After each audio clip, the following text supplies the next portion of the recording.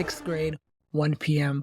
after lunch. We're presenting projects. Class is sitting on the floor all cute. I'm doing a presentation on rock formations. I'm explaining the igneous. Halfway through the presentation, I'm like, duty calls, I gotta pee. So I do the responsible thing and I raise my hand, even though it's my presentation.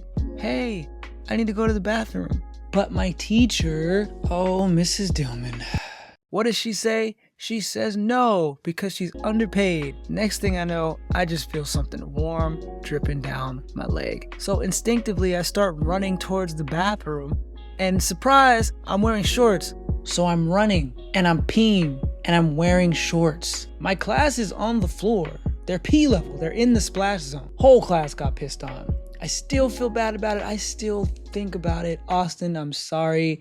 It was 10-year-old pee, if that makes it any better. You know what? I'm actually gonna stop talking about this, but the point is, that was my canon event. Across the Spider-Verse is one of the greatest things to come out of modern media in a long time. It's unparalleled in its storytelling, dynamic characters, its use of various art styles, the exaggerated swagger of a black. It's a story about many things, but of all the themes, there was one that really stuck out to me no matter how many times I watched it. In the film, Miles gets reintroduced to an intricate web of reality that connects all spider variants from different universes together. Spider-Verse. It's here he learns of a concept, simply known as a canon event. Canon events not only tie all the different versions of Spider-Man together, in essence, they're also the reason why Spider-Man is who he is. Lila, do the thing. Huh? What thing? What do you mean, what thing? The information, explain anything. Okay. These scenarios are tethered to an almost infinite number of Spider-Man variants, resulting in an almost infinite number of canon events. Chapters that are a part of every Spider story, every time. Some good, some bad, some very bad.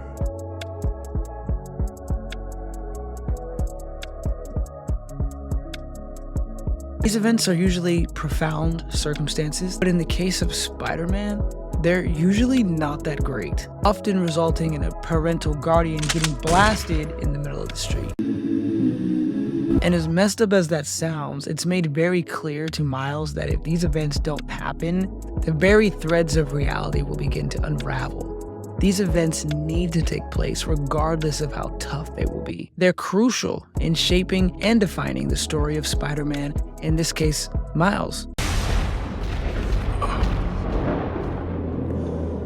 If you haven't seen the movie, go watch it. What are you doing? Because this movie does a really good job exploring what it means to have your own story. Because we have our own canon.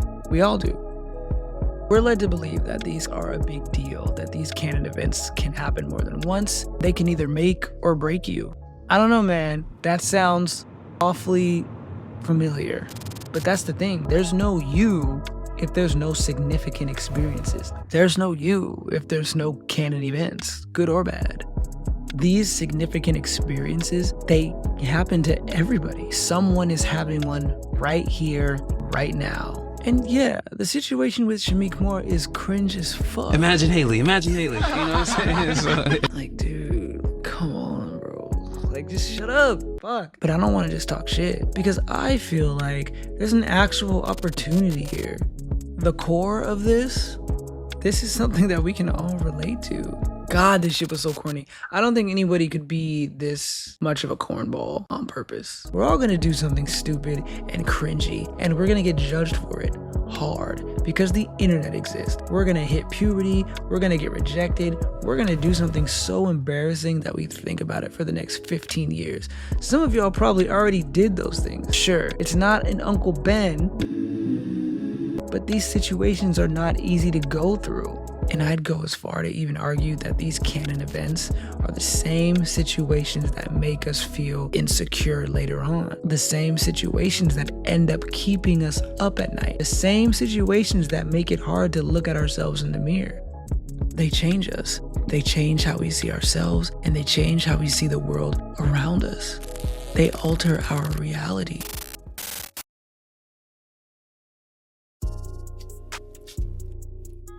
So how does this happen? How does a canon event affect someone's insecurities? Well, let's look at Miles for a second.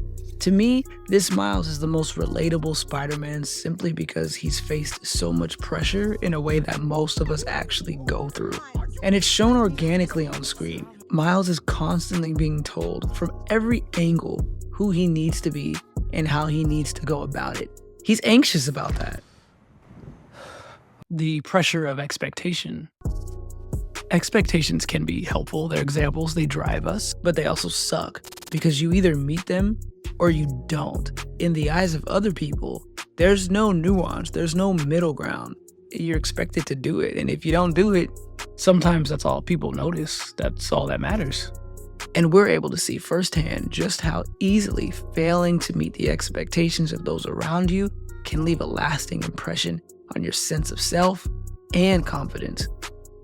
Just like in our lives, we see the impact of these events manifest in real time for Miles in various ways. Self-doubt, fear of rejection, feelings of unworthiness.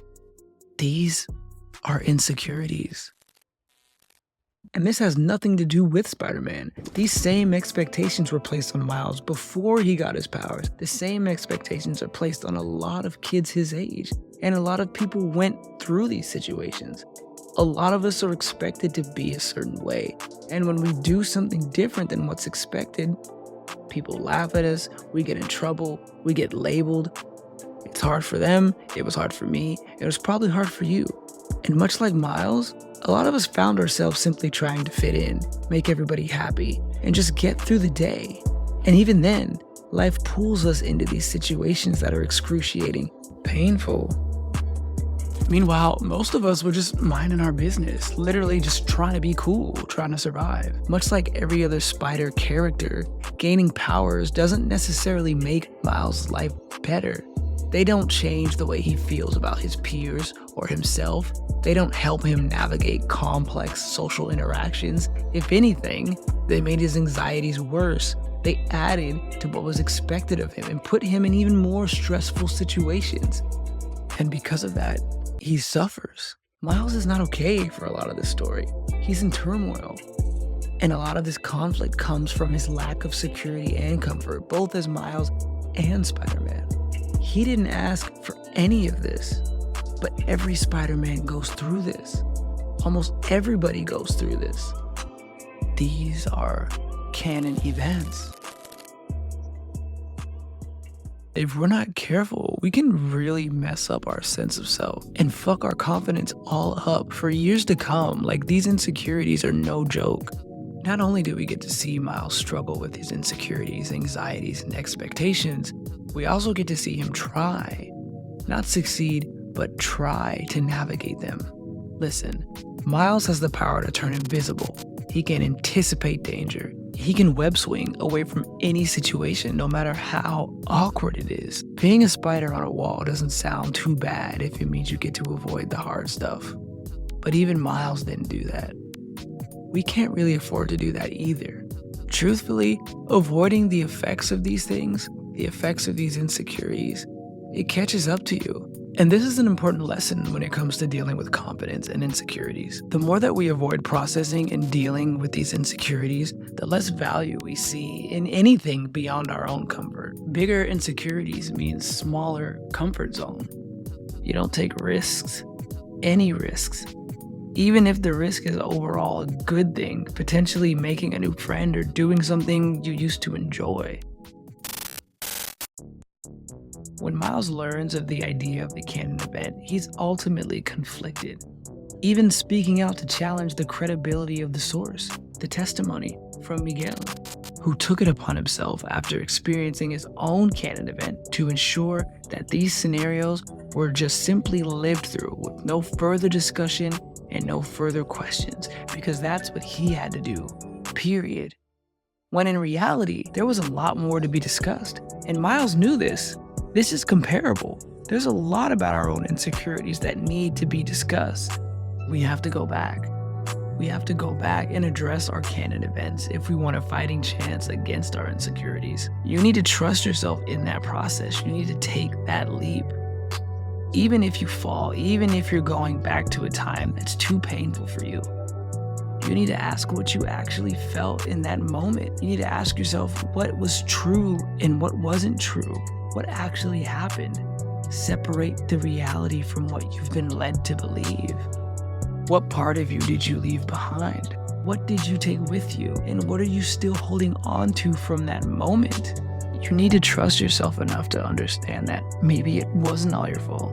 Maybe you were just a kid. Maybe there's actually a valid reason why things happened the way that they happened. Or maybe everybody was just being a dick. Maybe you do have to take full responsibility and form a realistic conclusion. None of that "I'm the worst person ever" bullshit, because we know you're not. There's no meme or app for this. If you really want to change this, you can't just run to your phone or Netflix or video games when you feel these things. Like, you might never feel ready, but you need to get out of your own way. Our minds are voids and they're full of endless thoughts, so many angles, so many perspectives. But only one of them is true. And it happened to you. Like, you know the truth. That's what we want. That's what we're going back for. But we're not going to be able to do that. We're not going to be able to get there until we take that leap of faith. And once you take that leap, like, no matter how far you go, once you start the process of going back and revisiting, it's all about the process, baby. Like, you can start actively processing your emotions. And this part's gonna suck. It's gonna hurt. You've probably been carrying these insecurities for a really long time, and it's probably affected your life. This is frustrating, realizing that you've missed out, realizing that you've been holding back, realizing that you haven't been living. That would piss me off too. You'll probably feel a lot of things. It might be overwhelming at first, and if you feel the urge to cry, please cry.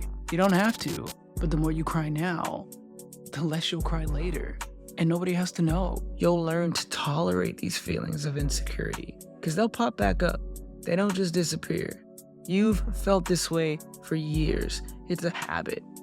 You gotta sit with them. No phone, no TV.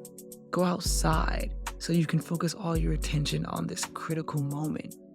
You gotta give these dark spots the attention that they deserve. Otherwise, they're gonna continue to make holes inside you. When you're sitting there with your feelings and those negative thoughts pop up, the ones that make you want to go do something else, freeze. Like, don't even move. Get used to feeling those feelings in real time, raw and unfiltered. Over time, you'll be able to recognize and acknowledge the feelings when they come up, almost like you're using your own spider sense. Simply being aware, there's so much power in that. If you're actively trying to sit with these unprocessed emotions, not fight them, but exist with them, the more intention you put behind this process, there's a chance these feelings might fade, for real. It's not about going out into the world and diving in headfirst. Sure, you can do that, but this is largely an internal process. The damage is already done, and it's on the inside. Even Miles, at his age, shows promise of taking time to think about situations and things he finds significant. We see his notebooks and sketches of Gwen, someone he's missed. I might be reaching here, but to me it shows he's at least thinking about these things. He's not avoiding them. I'm gonna say it. With great power comes great responsibility. This applies to us too. You're not Spider-Man, but you have a responsibility to look out for your own well-being. And there's no power in avoiding the shit that's fucking you up. Near the end of the movie, Miles has an intense scuffle with Miguel, who tells him that he's not even supposed to be here. He's an anomaly. I know some of y'all felt that, because I did, especially as a young Black person. I had chills in the theater. How can we do our own thing if we're so worried about what other people think, if insecurities are affecting how we live our lives? Miles was never this great perfect hero he and others were expecting him to be. He's working against his insecurities. He's struggling to meet expectations. He's living two lives. But he's trying, and he's learning, and he's growing, adapting every day. In fact, we left off on a cliffhanger. His story is still being written, and so is yours. Miles has to trust himself. He has to trust his own process. He has to do his own thing. So do you. because the canon is not the end-all be-all. You're allowed to break it. You're allowed to break canon. You're not defined by these things that happened in the past, no matter how cringe they are. Unpack that. You have time before the next movie drops. So good luck, and thank you for your attention. Hopefully things get better for us Spider-Verse fans.